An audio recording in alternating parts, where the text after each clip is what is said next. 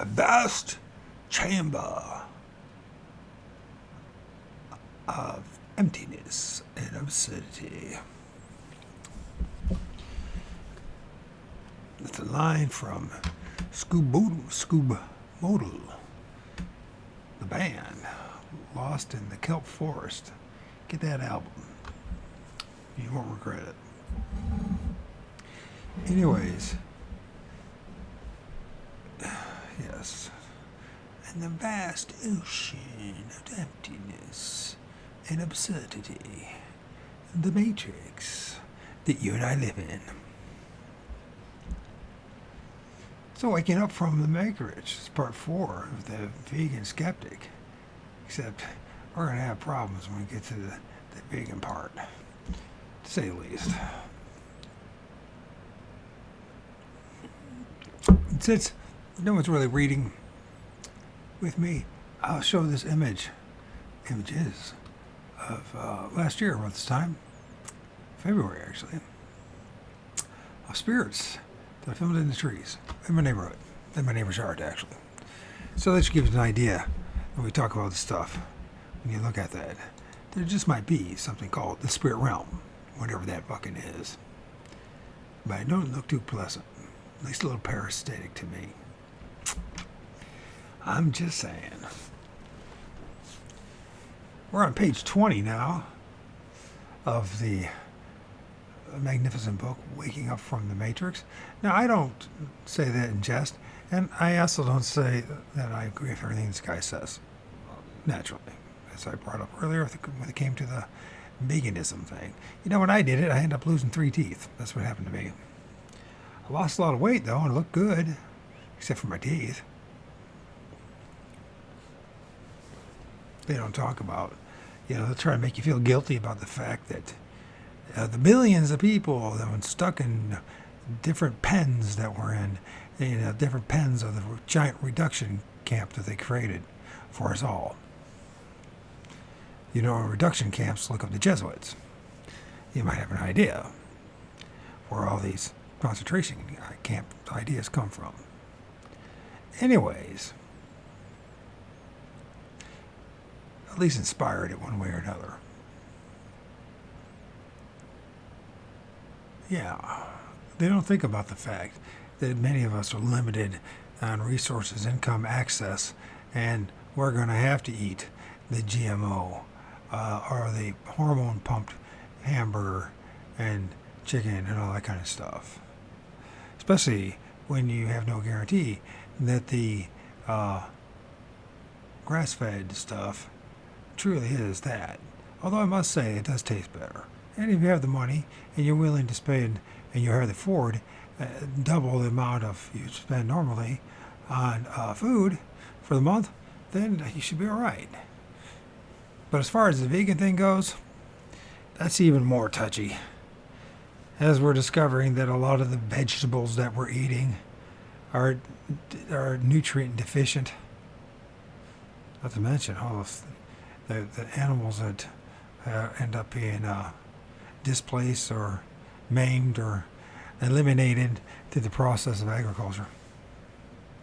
Now, I'm not saying it's the wrong thing to have your own farm or garden. Of course not.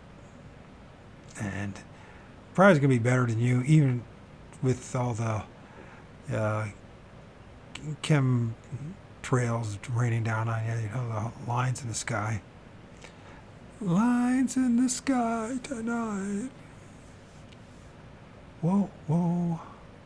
Whoa, whoa, whoa, whoa, whoa, whoa, whoa, whoa. Yeah, I mean, you gotta do what you gotta do, right, to survive, so. Then we do live in a predacious matrix, and it makes you feel better, as long as you don't think you're superior than anyone else. Let's put it this way, you're lucky. You're one of the lucky ones. If you can eat organic, if you can hunt for your own food or raise your own food, right? You're one of the lucky ones. Most of us, we live in certain parts of the giant reduction camp, which we don't have too many options.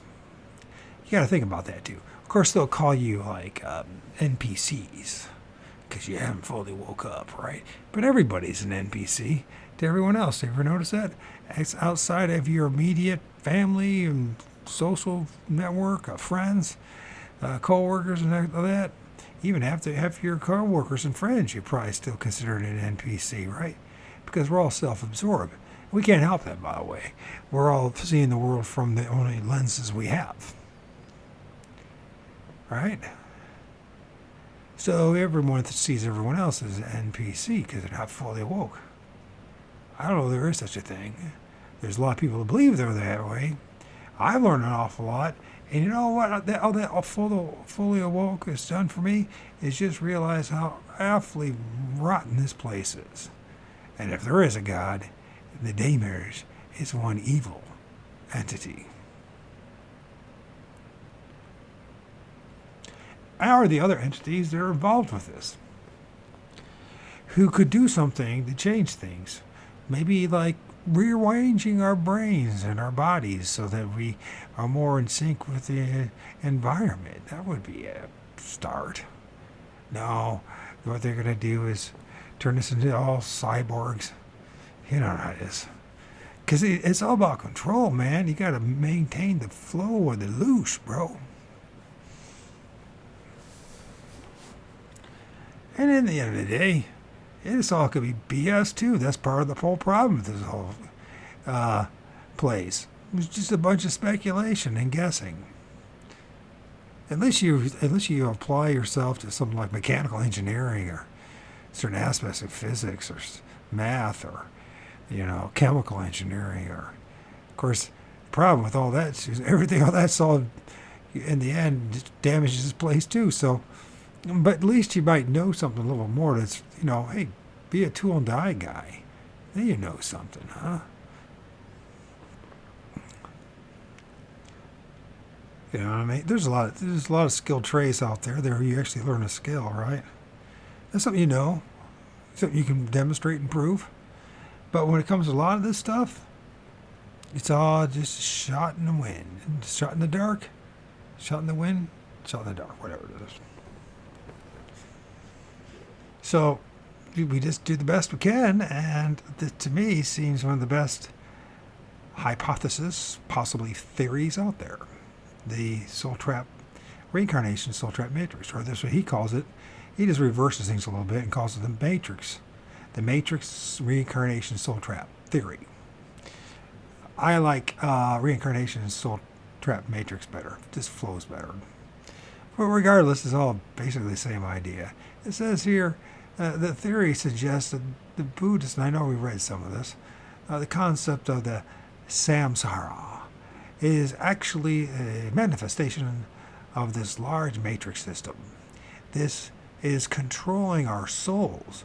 In other words, the goal of the system is to keep us trapped in this samsara, so that we must remain unaware and unable to break free.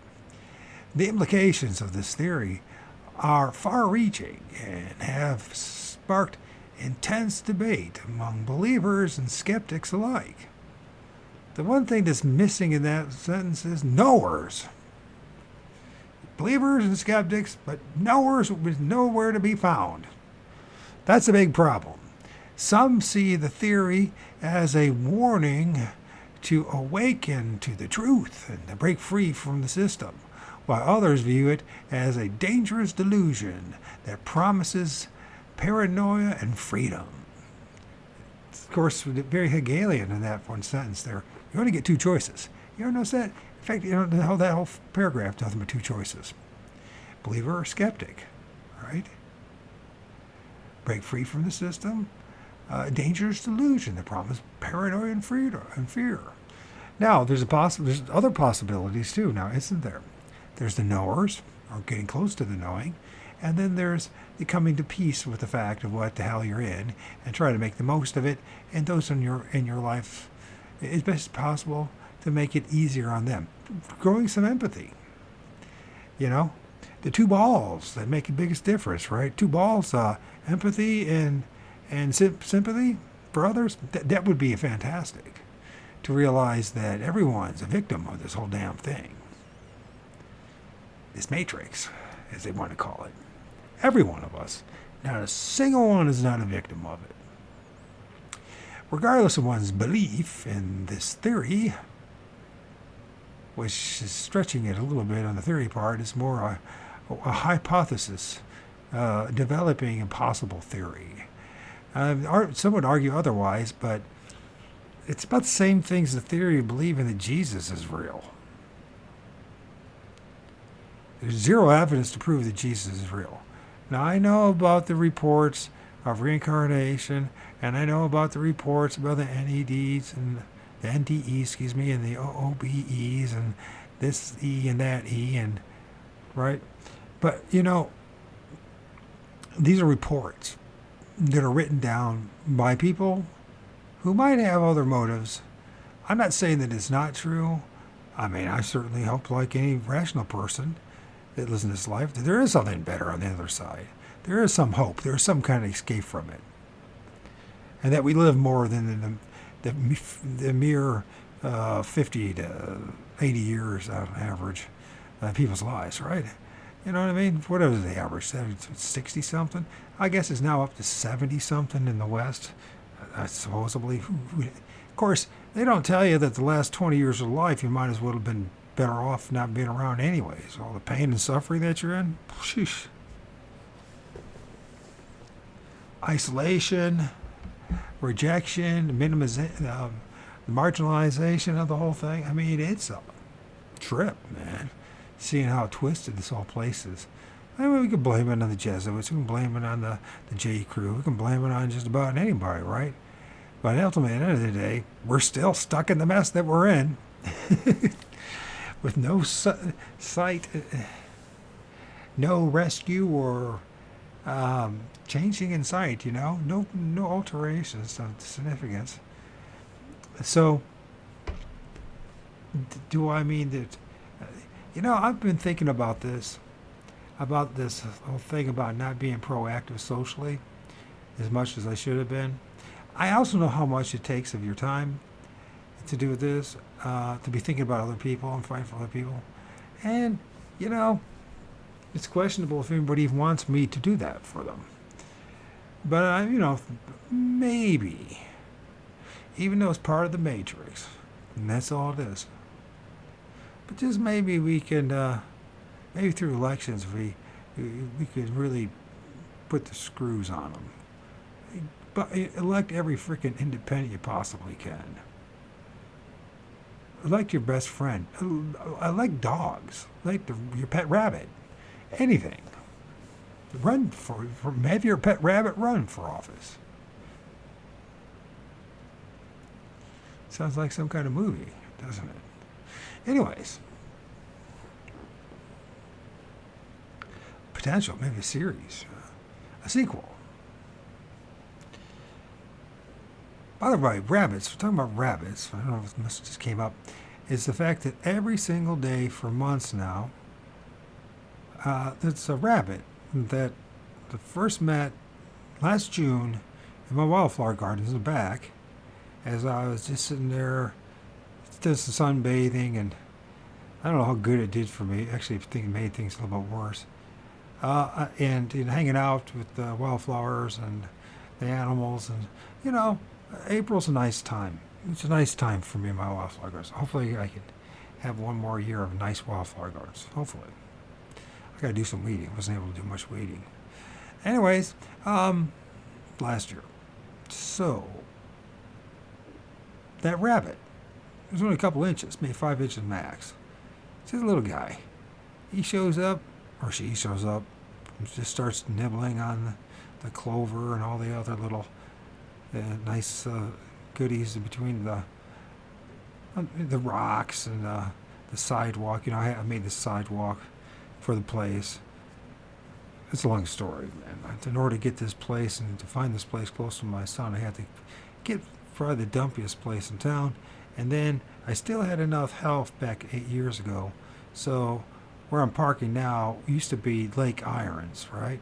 So I had to fill that all up with, I went around and got like busted up concrete and shit like that to fill in. It was that bad. I mean, it was lake. Ducks used to show up. But the problem was it wasn't really suitable for ducks, and it was not suitable for me to get the hell out of my place, right?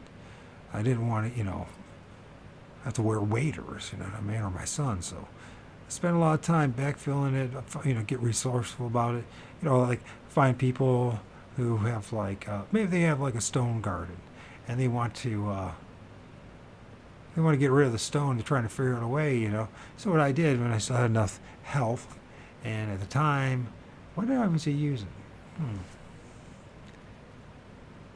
I had a different car back then, so I think I had a Toyota. No, the Toyota. My son will remember. It's one of those things.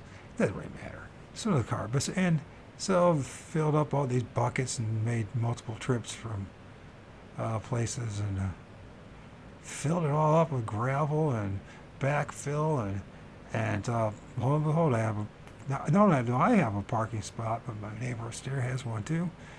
And as time went on, I said, listen, you can have my parking spot in the garage because it's just getting too tricky getting out of it.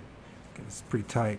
And I said, just let me have that spot near my back entrance, and you can have, basically you'll be able to park 4 cars if you work with me instead of your 2. And he did. So he's able to park 4 cars, and he said like 5 of them. He used to have 7, but a couple of his trucks died. He's one of these dudes. He's always, anyways. The point in all that is, what is the point? So it's Lake Iron, so I've had to fill it all up. Anyway, so I was sitting there, and the bunny's there, right? And since then, during the winter, I didn't see him that often, or her, because of the cold weather and that kind of stuff, right? But the past 2 months, it's back, and it's found its perfect spot, right in the corner of the northeast corner of my neighbor's house, about 20 feet away from where my side porch is. And so it's like I'm always looking at that one spot, and somehow it manages to find the one spot in which it can look at me and I can look at it every time I go out to have cigarette, just about, or to get the mail or whatever it is. And I think this is the most bizarre thing. It's got to be some kind of symbolism about the whole thing, and some rabbits paying attention to me. I never fed it and never pet it, but it somehow bonded with me anyways. I think when it was just a little one, it realized, because I'd be out there with my wildflower gardens, and it just would, I'd just be sitting there still, thinking, contemplating, slowly dissolving my illusions and Christianity and all that. The last bastion of it, the last hope. The last hope was going to find that there was something in it, something redeeming at all. The only thing I discovered is after listening to nobody knows what they're talking about. Everyone's making it up, and everybody fights over it. It's the most sinister of all frickin' systems out there. It's possibly also something, it says something about people's imaginations, for one thing. The power of the imagination. Anyways. So, yeah. I think it showed up. Did it show up after I burnt the Bible? I think is what it did. And I sprinkled around my sacred maple tree in the back. Somehow it didn't get chopped down yet. That's the one thing, even though I've seen stuff there, and that's where that one Bigfoot manifested from. It seems to, the trees behind it did get toast, but on the other side of the neighbor's garage. Anyways, where are we going with all this? Anyways, it's just life's a weird journey. We don't have much choice in much things. You know what I mean? I think the best we can do in this whole thing, as far as rebelling against the Matrix, is to do your best you can. Find something you just don't agree with and reject it. Say no to it. Maybe it will be politics. Maybe there is no hope in the politics. Everyone argues about it. That's all we do. Everyone acts like they got it all figured out. They got a good bead on things. But do we really? And I know people don't like the way I talk because they want some reassuring, positive message. Even if it's bullshit, just anything positive, right? But from my experience, take everything with a grain of salt, man. Ladies and gentlemen, take everything with a grain of salt. And do your best to enjoy your life while you're here. And do your best not to be part of, just minimize as much as you can all the, well, it's up to you if you can live with it, I guess. It all depends on who you are. I mean, to me, 99% of what's out there, it's not that I'm better than anyone else, nor did I see everyone else as NPCs. What I do see is that I just can't live with myself doing it. When I know something, it's double-edged sword. It's like, with my son, I know if he joined the Air Force, he's going to have a better jump on life, right? But the same token, it's like, and I'm not going to force it on. If he doesn't want to do it in the end, I'm not going to be like, oh man, you're a failure. I'm just going to be like, but I do know if he does do it, spends the 4 or 6 years, whatever, at least, he's going to learn some skills, meet some exceptional human beings, and hopefully they'll help pay for his schooling. Because I tell you what, that schooling thing's a killer, man. Those student loans, that's a great way to stay enslaved forever. So at least it's a jump start. And if everything is predacious to begin with and everything's exploitation of each other, then the best thing you can do is, like, since you're going to be stuck in the system anyways, is try to make the most of it, if you will. I mean, he doesn't have to be a bomber pilot, you know what I mean? He could be, there's like all sorts of options. My neighbor upstairs, Mike, and you wouldn't even think it because he's got like a side business, but he's been a paper pusher for the Air Force for decades. He likes it, inventory, and when he needs to, he gets his hands dirty too. So, I mean, everything's a double-edged sword. Nothing's perfect. There's no perfect job out there. Some are just worse than others. Like being a stockbroker, that's nothing to be proud of. All right? Or maybe it is be a pastor in a church, and that's nothing to be proud of. Or to be the Pope, that's nothing to be proud of. Or be the King of England, that's nothing to be proud of.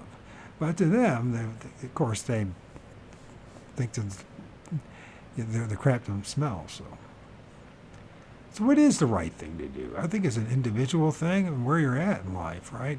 I am just at this stage, and I've been this way since day one, really. I look back at myself as a child, even as an infant. I knew there was always something wrong, and there's something I didn't like about what's going on with me and what's going on in this world, right? And it never got better. It always consistently was one thing after another. So I'm just like, I think the lesson I've learned at this point is I don't want to be here anymore. So I don't want to come around. So if there is any such thing as reincarnation, well, there's some suggestive evidence that there is, then, well, I don't want to come back. I don't know about you. At the same token, I don't want to go where the Jews are going, where the Christians and the Muslims are going, and where everybody else is going, for that matter. Because God be damn if I want to be living in a giant rat or ant box, trap, cube, the black cube, with those people lying about everything and worshiping something that's not worthy of being worshipped. Plus, on top of it, if there is any free will here, you ain't going to have any on the other side, that's for sure, if you follow the course that they want you to. Which kind of as above, so below, huh? What's going on the other side certainly is going on here. Well, as it's going on in the top of the pyramid and the food chain here, as it is below here. So the only difference is they have bigger sticks to beat you with. Right? That's the thing, So what do you do, And there's like talking, it just reminds me of hanging top with Visigoth and Keith Hansen, who are talking about the informant. And I'm sure you've heard this, me talk about this before, but here's this dude who spent all this time figuring out the system, right? And how, like, most of your taxes go to the British Crown and the Vatican, right? So he figured out a way to expunge himself from the Social Security record, right? You know what I mean? Thinking, I don't want to be a part of this thing, and to be a free man. And guess what happened? He even became less free. That's how the system was. So afterwards, he wasn't able to legally drive on the road. And then as he got older, his wife and his children had to drive him around. No more health insurance. All sorts of shit, that he could have had for his family, right? And I'm just like, it's one thing to realize how the legal system works, how corrupt it is. It's not a thing to think you're going to beat that. You might win 1 or 2 rounds, depending on the person and who you're dealing with. Maybe they'll be real impressed by your intellect or your demonstration of knowing about maritime law and everything else, and the Black Book, right? Of legal law, the Black Books, whatever it is. Anyways, you know what? At the end of the day, you still don't have the guns. You don't have the power. You have nowhere. If they want to throw you in jail, they will. If you get the right jerk involved, they could really put the screws on you just for absolutely nothing. Something that guy probably gets away with every freaking week, but no, for you, because you're stuck in the matrix, and no matter how hard you try, no matter how you think it through, or pray it through, or meditate it through, or astral project it through, you're still here.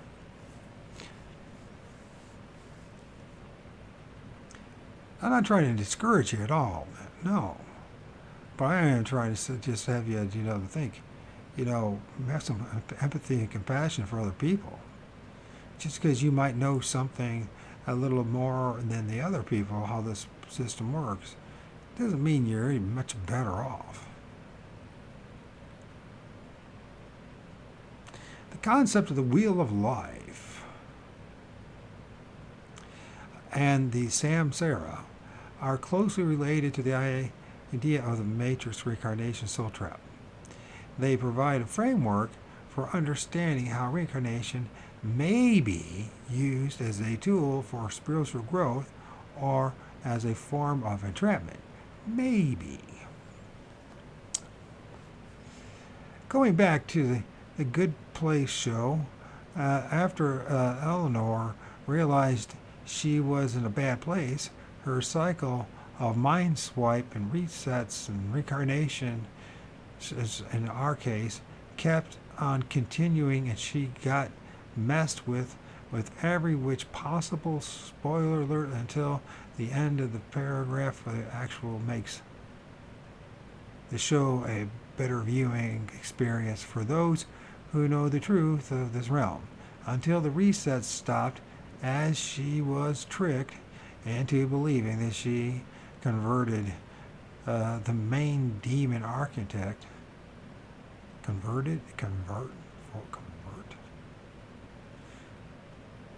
who keeps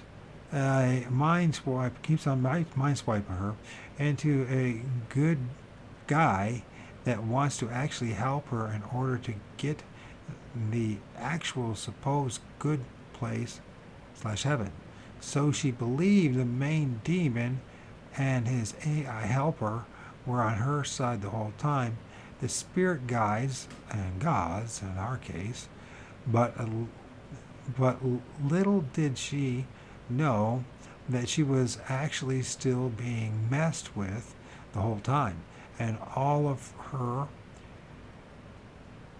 for her to eventually get tricked into consenting for her essence being fully destroyed, or our case merging with the source, the day merge, to be reused again as a battery in the reincarnation mind swipe limited experience. At the very end of her, on her own accord, the matrix controller controllers, which I believe to be the AI. There it is, I believe, but don't know. She was dealing with played a brilliant game against her and her friends by making them think that being eternal could get boring until the kind of eternal afterlife they served them was on their own terms with very limited freedom and creative abilities. Not the kind of eternal afterlife where we can create our own realms and do anything we want as godly spirits with immense creative powers. More on control play show here. Anyways, can't say that. So, anyways, yeah. Well, we got to hope for the best. I think it's more inspiring to think that we can be. But what does it exactly mean to be gods? And what does it actually mean to be a creator of your own realm? Is it like a computer game? Is it like some model building, like building your own models type thing? I mean, what does it exactly mean? Does anybody even know what that means? And in the end of the day, I mean, what kind of place is that? The reason why so much evil's in the world? Because everybody is and deep down inside are just evil son of guns, anyways. Creating their own evil world. When it comes to Earth being a school for our spiritual growth, Dan of the Overwatch Project, which I like Dan, explained it so well in this video, which you can't see. And I'll present his example here. Let's say that you got through high school and came out, and I know we read all this, with the average grade, and once asked if you could have done better.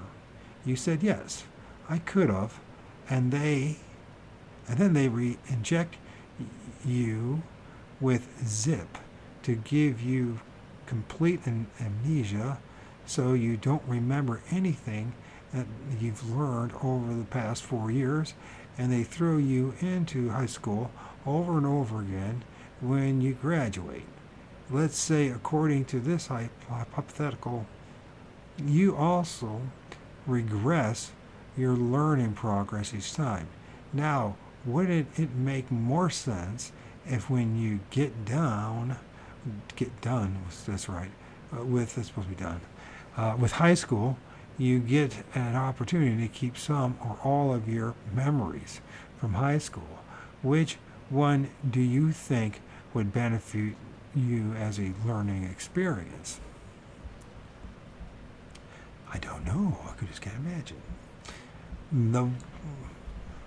The one where they gave you complete amnesia each time, or the one where you brought some or all of the knowledge back from the last 4 years. Surely it would be better learning experience with some of the memories, at least, since you've already gone through many mistakes before that you wouldn't have to do again.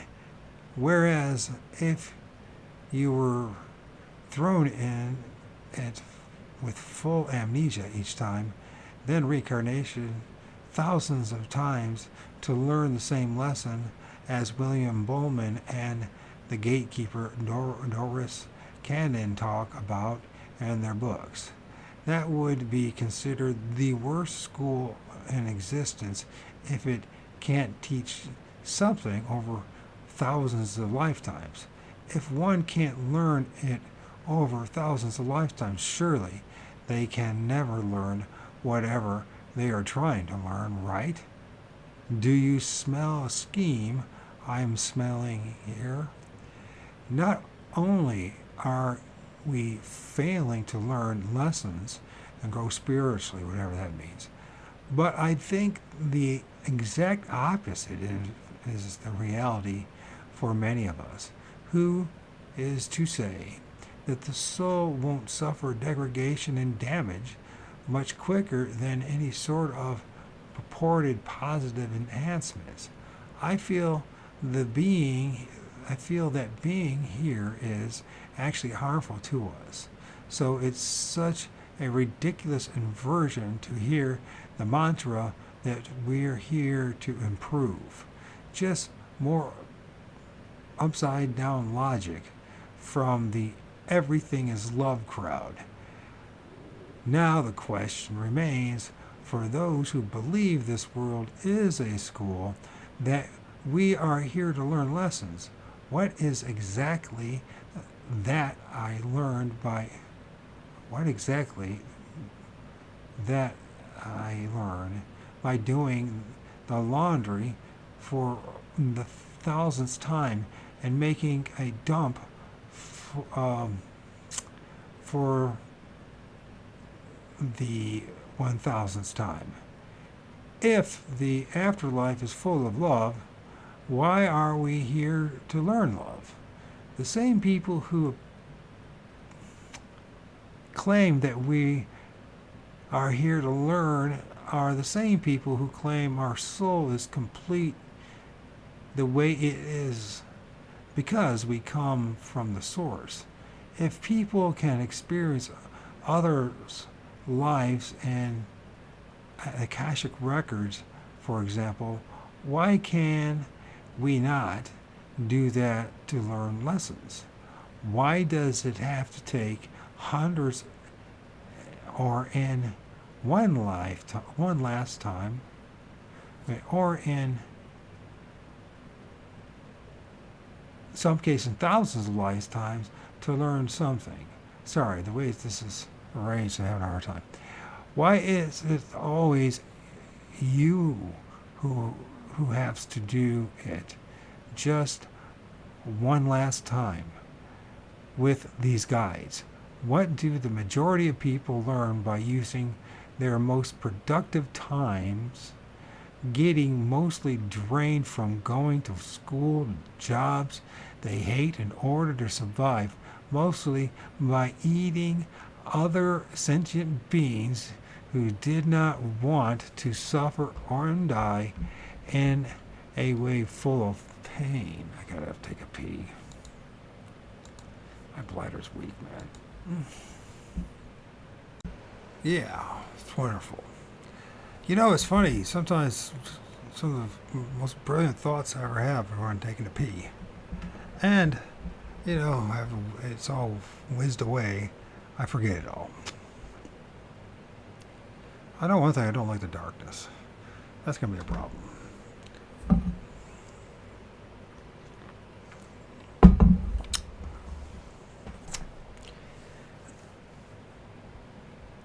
Especially on the other side, I got a feeling. So anyways, we're missing this stuff. Most of the eating essential sentient beings who did not want to suffer and die, and in a world full of pain, suffering, and unexplainable evil. Yes. Wars, genocide, pain, sickness, pedophiles, rapists, homeless people, starving kids, children, child sacrifice, corruption, countries like North Korea, hell, don't forget about North America. Factory pollution, sounds like North America, systems of government somehow not caring about karma, but telling us to care about it. Free energy being suppressed, supposedly, where we are blamed for the alternative. Ever increasing radiation and ever decreasing freedom. Historic narratives that repeat themselves over and over again. Thousands of religions with thousands of full of lies about our very existence, which caused the biggest number of deaths on Earth. Well, I don't know if there's the religions that actually solely have done that. I think that the system itself, the Matrix, in its totality, if you look at wars and everything, and it's more than just religion. And religion is just a tool. So we could always say it's about religion, but is it really? Is it really that about that, or is it just part of the matrix of uh, misery?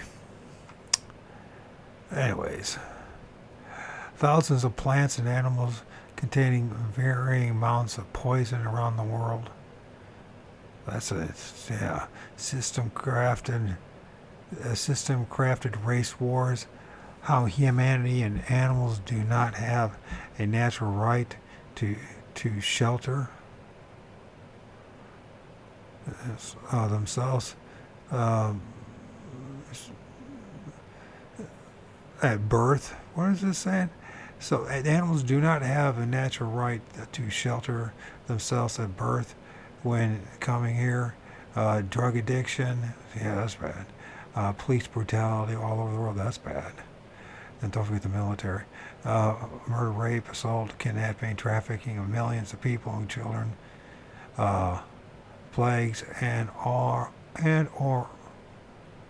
manufactured one, psyops, deceptions, lies, mind control, indoctrinations since childhood.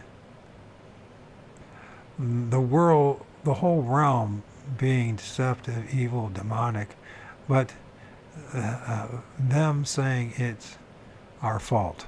Human body seemingly engineered for suffering and brainwashing, psychopaths that rule over the majority of people, fear and negativity pumped from News 724, shame, guilt, pride, anxiety, depression, fright, horror, alarm, panic, sadness, awkwardness, boredom, laziness, confusion, craving, disgust, empathetic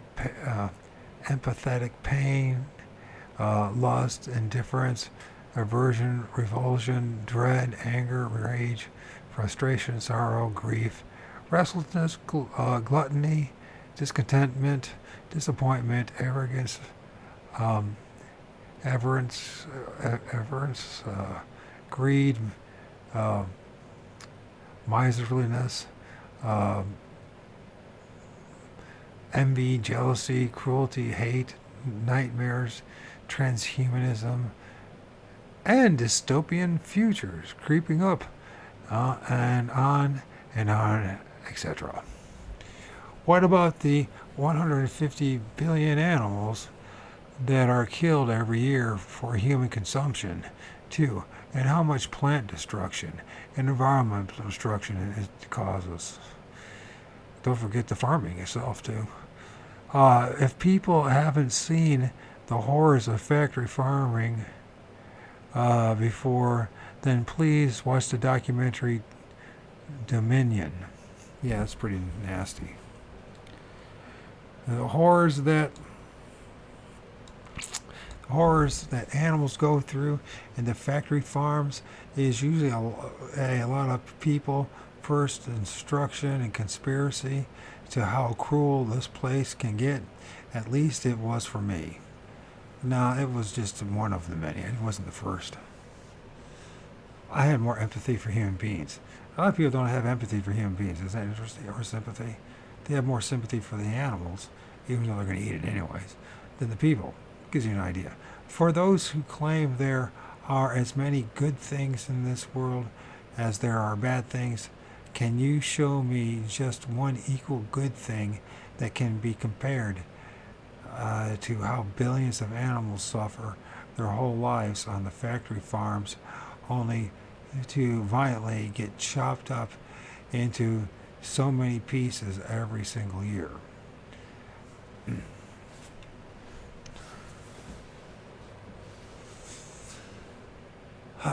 The whole chaos in nature via the prey and predator animals constantly battling against each other to survive thing is just insane.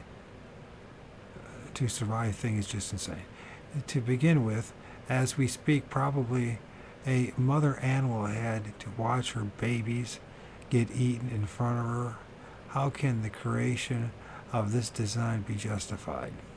That's damn good point.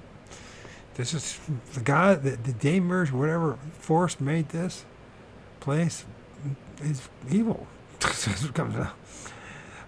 What about the natural disasters such as earthquakes and volcanoes and avalanches and landslides, famine, drought and water shortages, tornadoes and severe storms, hurricanes and tropical storms, cyclones and damaging winds and extreme uh, precipitation, floods and flash floods and extreme temperature, wildfires, lightning strikes, blizzards, and cold waves, and heat waves, and ice storms, and droughts, and hailstorms, impact events, and limnic eruptions, and mudslides, and I guess impact would be like meteorites or right asteroids. That poisonous pea soup frogs, and sinkholes, and solar flares, and subsidence, and tsunamis,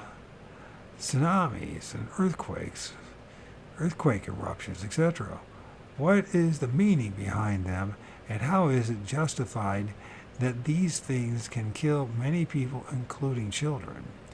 Then we got to also worry about man-made technological disasters like hazardous materials, power service disruptions, blackouts, nuclear power plants, and nuclear blasts, and radiological emergencies, and chemical threats, and biological weapons, and cyber attacks, and explosions, and civil unrest, and wars. And Jesus just loves you. Or Allah, or Yahweh. Yowzabub. Yowzy Bowsy. The Damers. What about the diseases as well as, and why are there just so many of them? You don't need to read it, but I'll mention the names of some of them below, just for context. In case he forgets about MS, there's MS, because I'm sure he will. Acute flaccid myelitis, acne. Oh God, I'm not gonna read this shit. I can't even read half this. Alzheimer's disease, arthritis, babesiosis, I guess this, blue-green algae, cancer, carbon monoxide poisoning, celiac diseases, chanceroids, chicken pox, chronic obstruction pulmonary disease, conjunctivitis, crabs, cryptosporadius, is that what it is? Diabetes, Alzheimer's disease, ARB, viral encephalitis, is that what it is? I can barely read other stuff. Asthma, bacterial vaginosis, carbapenem something resistance. I can't read it. My eyes are getting blurry. Cardiovascular disease. On and it goes, and on it goes, and on it goes. MERS. I'll just pick out some here. Pelvic inflammatory disease, plague, polio, Parkinson's.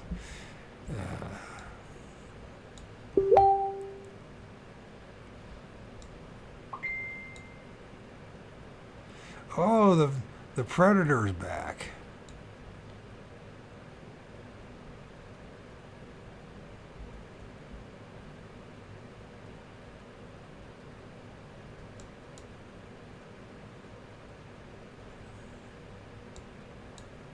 Yeah, it says here, yeah. Yeah, he's such a dick.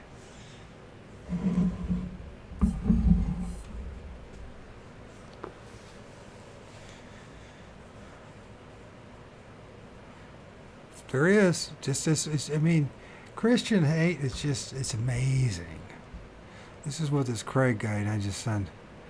Uh, you are so misled. My heart is in the right place. If I'm wrong, then send me $50. I need new shirts. Oh, wait a minute. That's what I sent you. So I had to block that psychopath Christian. So yeah, the $50 that he sent me, which wasn't $50, it was actually 40 something. But regardless, I didn't ask for it. He imposed it on me. He said I told him over and over he didn't have to send me the money. He kept on imposing it. He kept on pushing it on me. Didn't want him to do it.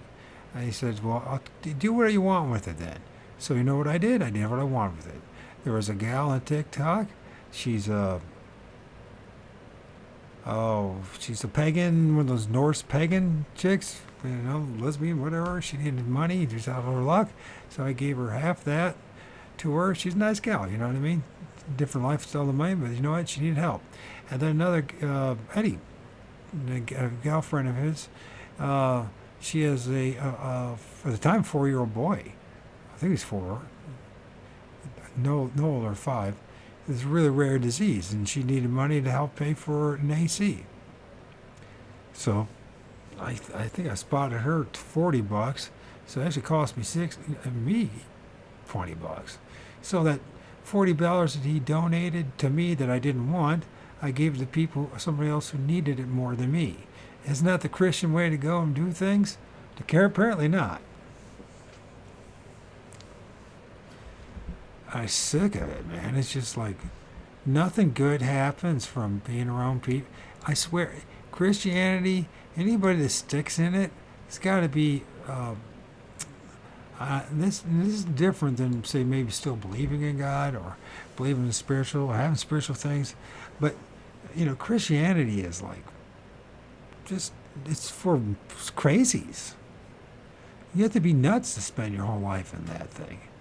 Or you're just going to be so freaking evil, and this is your facade that you've created, this illusion, this mental construct that somebody else gave to you to convince you that all the shitty things you did in your life, you're going to be forgiven for, simply because you believe in something that never existed. So anyways, all these things that we're talking about, viruses and West Nile virus and yellow fever and all these different diseases, there's MS and muscular dystrophy. That's an awful disease. And it just goes on and on and on and on, right? He maybe talked about 100 or 2 of them maximum. I was going to read all of it. But there's endless lists of diseases. There's thousands of genetic diseases. There's thousands of, the place sucks.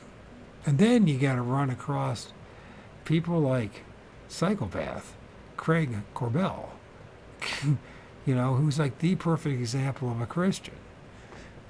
I mean, it's all a big facade, and they give you that Cheshire Cat smile and love bomb you at first, right? But the moment you do the wrong thing, like not do what they want, or not do what they say or believe, well, the real fascist nature of them comes out. If you think about these Abrahamic religions, they truly are fascistic in nature, aren't they?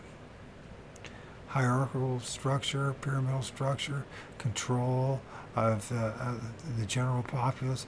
The people at the top, the Christians, they get away with it because they believe in Jesus. You see? They go to the confessional, say a few Hail Marys, pay some money to the priest, and they let the priest, maybe do something foul to one of your family members, and everything's all good then.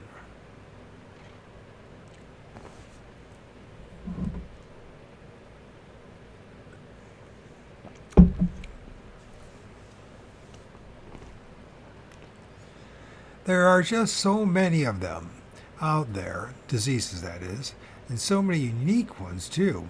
How can we justify such a thing in a school for learning? This is learning lessons.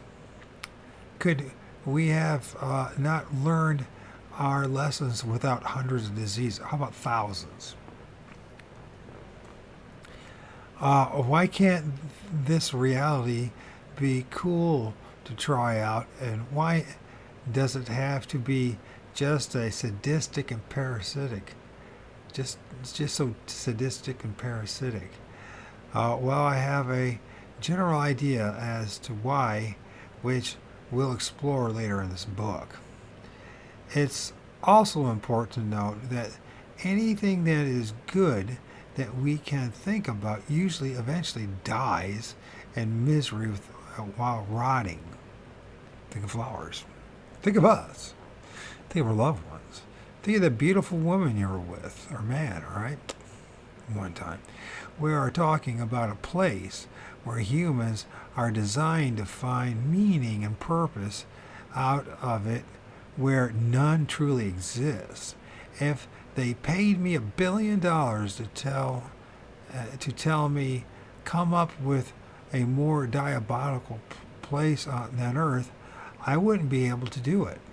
And then on top of everything, the majority of the people here have to suffer through different and potentially way more cruel versions of this existence via who knows how many more reincarnations, and who knows how many incarnations we lived through here already. One's bad enough, let's just be honest. So, I mean, what the heck is going on here? That's what I say. What the hell kind of place is this?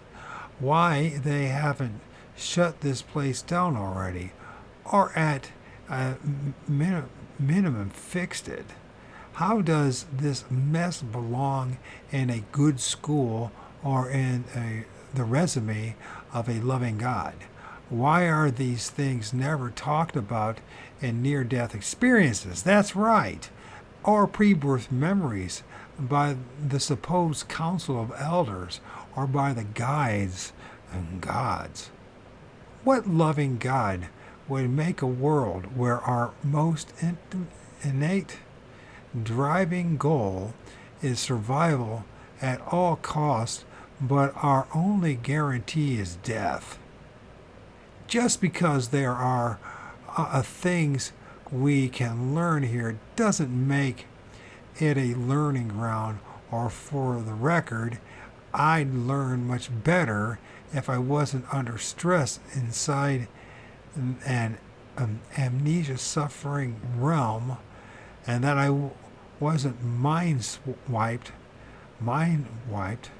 into unlearning everything that I've learned and just to relearn them again in a reincarnation loop of madness, while the fake spirit guides and gods who convinced me to reincarnate here get to enjoy afterlife without getting reincarnated anywhere. Why do we need to forget everything and agree to a reincarnation / getting mind wiped right away after death anyway? To make us forget all the evil suffering we've been put through, and that didn't make any sense. What do the people who get tortured learn? Do to comply? Well, we are the last timers, and we won't comply. Amen to that. That's one thing I'm agreeing with. When you look at the state of the world today, who can claim that humanity is evolving? Oh, and why? And the more I learn, the more negative things I end up discovering as well. What's up with that? Yeah, I'd say this is a bad place. I agree with you. This was happened to me too. So many people claim they don't really suffer or that it doesn't bother them, but what about the kids who get raped every day? So even something by the parents. What about the people who has to get through life with disabilities or illnesses? No shit, I'm in that company. Some of our suffering may be our 1 out of 10 or 3 out of 10, but others could be 9 out of 10 or 10 out of 10. But Jesus is going to save us, right? Save us from what, though? Wasn't there supposed to be a loving creator? Why are we in a hellish realm that we need to be saved from to begin with? God's saying we need to be saved is almost like admitting that there is a tyrannical thing in control that we need saving from. Gnostics know what I'm talking about. When it comes to Jesus, I have also mentioned that we are talking about such a system which made majority of people on earth so evil that they rather believe the non-believers would burn in hell forever. And some of these people actually love this belief and are proud of themselves for thinking this insane God who doomed people to eternal suffering would then send these believers who bought into this insane idea into a heaven made by this God. I mean, the insanity of this world is sickening. And just think about it. When you get to hang out with a God, yeah, you have no freedom at all then. You just be an eternal slave to it. Considering what's going on in nature with all the bugs and animals as well, this world is just full of suffering. And I believe the right understanding would be not to consent to come back here. That's the trick. How do we not consent? How do we not come back? And I don't know if everybody has that answer. That's the problem. Again, via reincarnation, I feel that being here is actually harmful to us. Even percent 95 plus people who had near-death experiences talk about not wanting to come back here, and I think most of them were tricked into coming back, while 30 to 50% seem like they were forced to come back based on what people who have investigated thousands of near-death experiences, pre-birth memories, and deathbed visions, etc., say. People like Wayne Bush from Tricked by the Light, that's a good one. Then there's good old Mark from Forever Conscious Research Channel. And then Dan from Overwatch Project. It seems like the only people are talking about this. It's like I feel like I'm being funneled into I don't know if it's intentional or not, but it's limited hangout. You know what I mean? And these guys have become the new prophets, although they say they're not prophets. But then I don't know. I mean, I've learned stuff from them, right? They've been doing this for, what, half a century and 4 or 5 years now, some of them. I mean, they got to this point ahead of us, a few years ahead of us, right? As far as understanding this. I think this place doesn't teach us anything useful for our spiritual growth. I've investigated a lot of near-death experiences, or NDE experiences myself, and all I see is that all the NDEs seem to be carefully structured experiences according to the individual's beliefs. The beings there also seem to want us to forget everything and agree to reincarnation getting mind wiped right away. I like mind swipe better. The mind wipes is good enough. Right away after death, before we get our memories back to make a better decision. To me, that looks like they want us to forget all the evil sufferings we have been put through that didn't make any sense before we realized we are being tricked into accepting a bad deal that we don't have to agree on to begin with. and would never agree on it if we had all our memories back.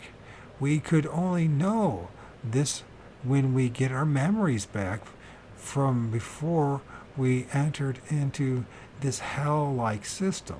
This is true. I'll talk about these things more in later chapters, but some astral travelers talk about how they went within a while astral projecting into their own void and realm where they felt like they were more lucid than in real life. Well, yeah, I know what you're saying there. And that their powers were limitless and their creations were instant. Which is basically what I plan to do after natural death while blocking all external interference.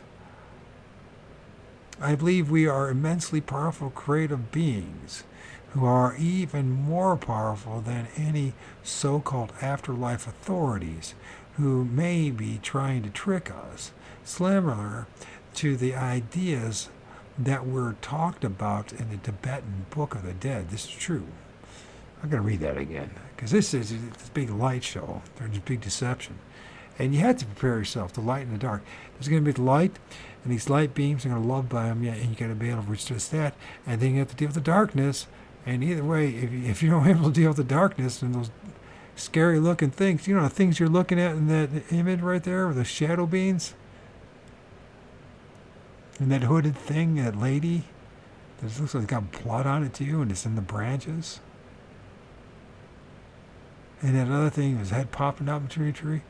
Those things. Something like that. Maybe even more scary. If you can't tolerate this, I bet you there's even worse than that. Somehow, we got to be able to resist the light show, the deception on the other side. And that's where I come in with this whole idea of starting to say no to everything. Here.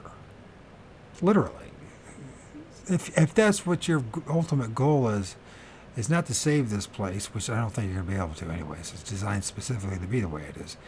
Or to prepare yourself for the other side to resist what's going on there by being able to say no and face your fears here and all the powers constructs here, right here, so that when you're on the other side, you might have the strength and power to resist it. That's the hope. It's a hope. It's not necessarily an absolute. So the Tibetan Book of the Dead, I believe we need to declare total sovereignty. By the way, I think I already recorded it. Well, I should post that. It was sovereignty and freedom. And by using our free will, what free will there is, we should stop listening to any supposed authority figures and their karma and sinning tricks. This is part of that free will, like I say. It's attempting to reject as much as you can here. Don't try to be part of anything if you can. In order to escape the reincarnation loop, to achieve the so-called nirvana in the right way in realms of our own creation. What 99.99 people lack is information on how to break the loop of reincarnation via declaring total sovereignty and using our intention and godly powers to go beyond all the matrix. So they say 99.99, and that 0.1, that's questionable. Even they know it as well too. This is how it always is. Like, we have the special formula. We got the special sauce, bro.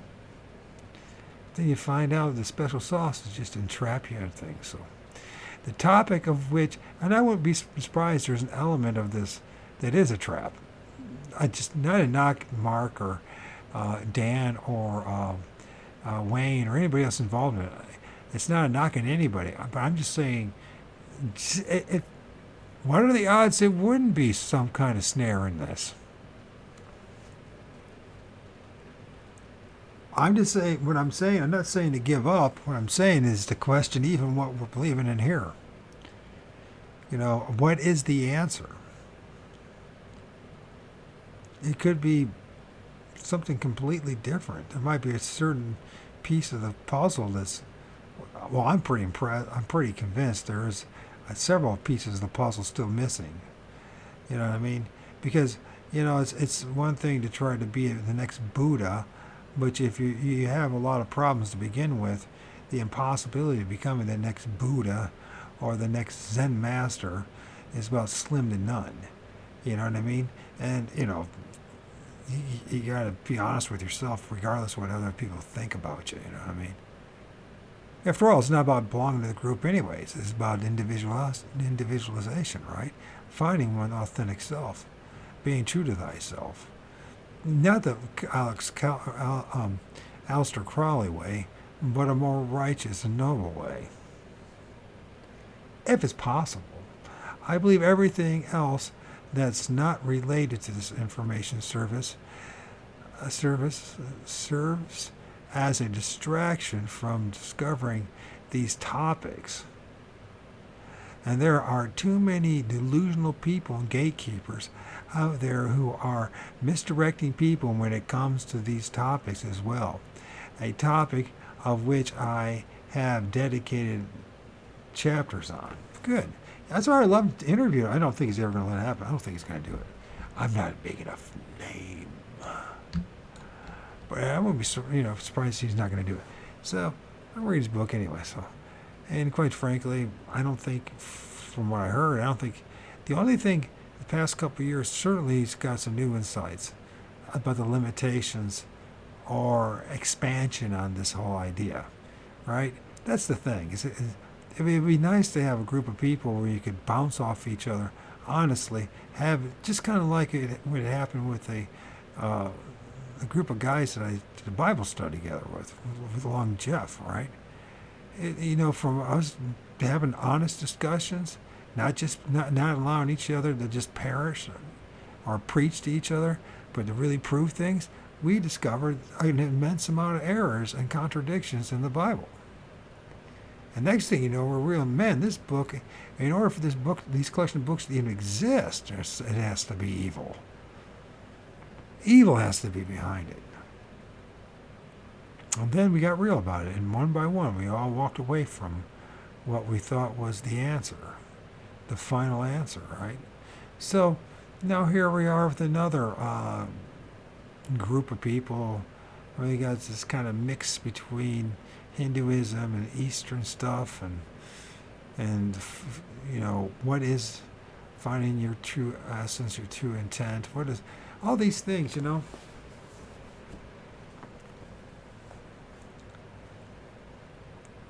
And you try to do that stuff, and it's something always gets in the way. The body, the meat suit we're in gets in the way, in so many different ways.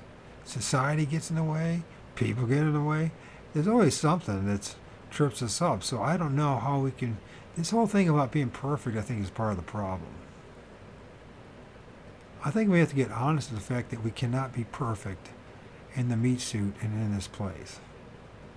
Does that mean we don't try to improve ourselves or the situation? Not necessarily, no. I'm not saying that. But, what I am saying is we are limited. Whatever free will we might have, it's truly we are limited. And if you disagree with me, prove to me I'm wrong. I'd love to see that. I'd love to see someone prove to me. Because, predeterminism seems to be much stronger than free will in this creation. Free will would be like knowing this stuff, knowing the answer to stuff from the get-go, and then making a choice in which there's real freedom involved. I mean, to spend 56 years and be at this point, where's the free will in all this?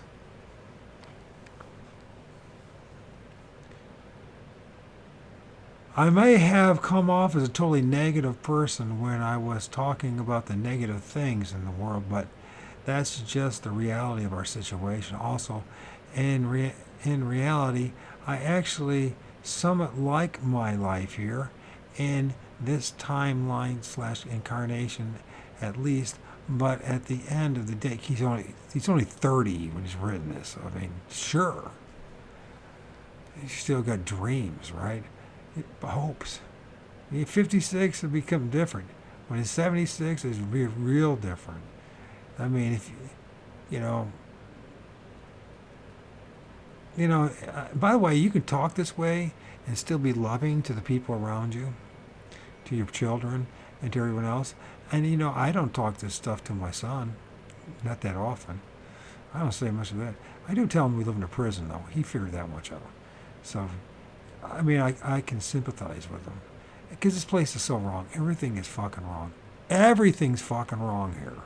I believe stopping one's reincarnation loop should be their main goal if they don't want to lose all their sense of self once again by getting mind wiped via reincarnation and rolling the dice on getting potentially much worse life experience than they may get stuck in for many lifetimes until they discover and understand the kind of information I'm talking about in this book.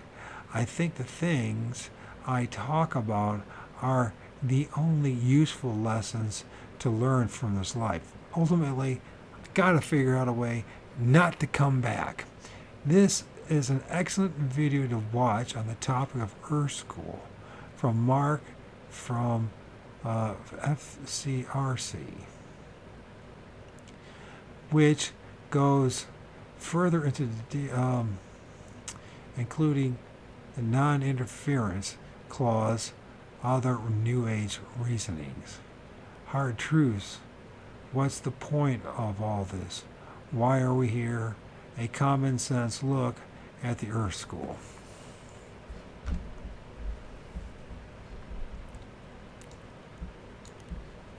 I mean, Mark has the best argument so far.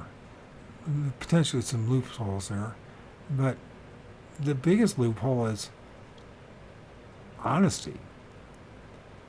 You got to be honest about where you're at and all this stuff. You can't pretend to know everything about this shit. Got to be honest. I think he tries at times. I think he's human, so he fails at times. But you know what? Ultimately, the thing is, it's not to act like you're some guru and you got it all figured out. These are the good videos, topics from YouTubers I like by the name of Christopher Cydrus. This ain't no damn school. Reply to School Trap. I've published this chapter of my book on different subreddits where I got a lot of attraction and replies. So if you'd like to read what other people, skeptics as well as supporters, say about this chapter, then please click and blah blah blah blah. Okay, and that's on Reddit somewhere. So, anyways, I think we're done with this reading and this commentary, and I might check out this. Do I know about Christopher Cydrus?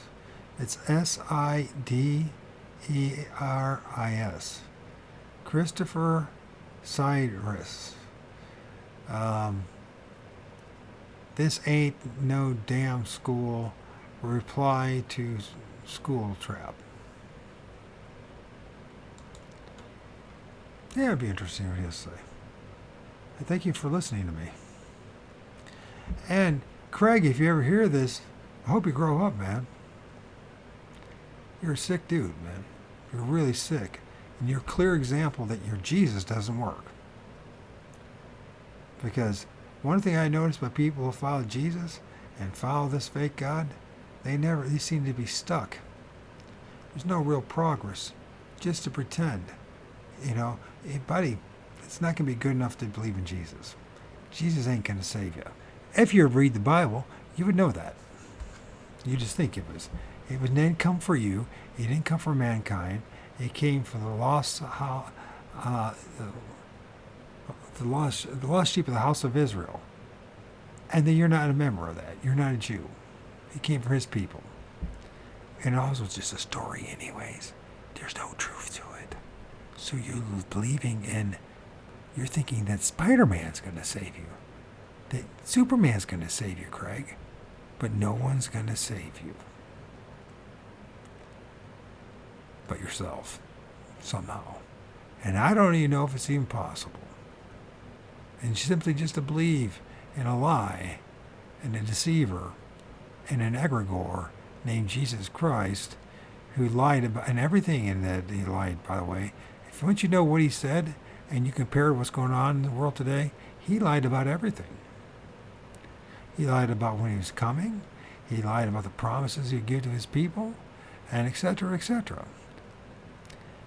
Or, at the very minimum, we're lying about the fact and thinking that it was for us and not for his people in the 1st century AD. It's crazy, this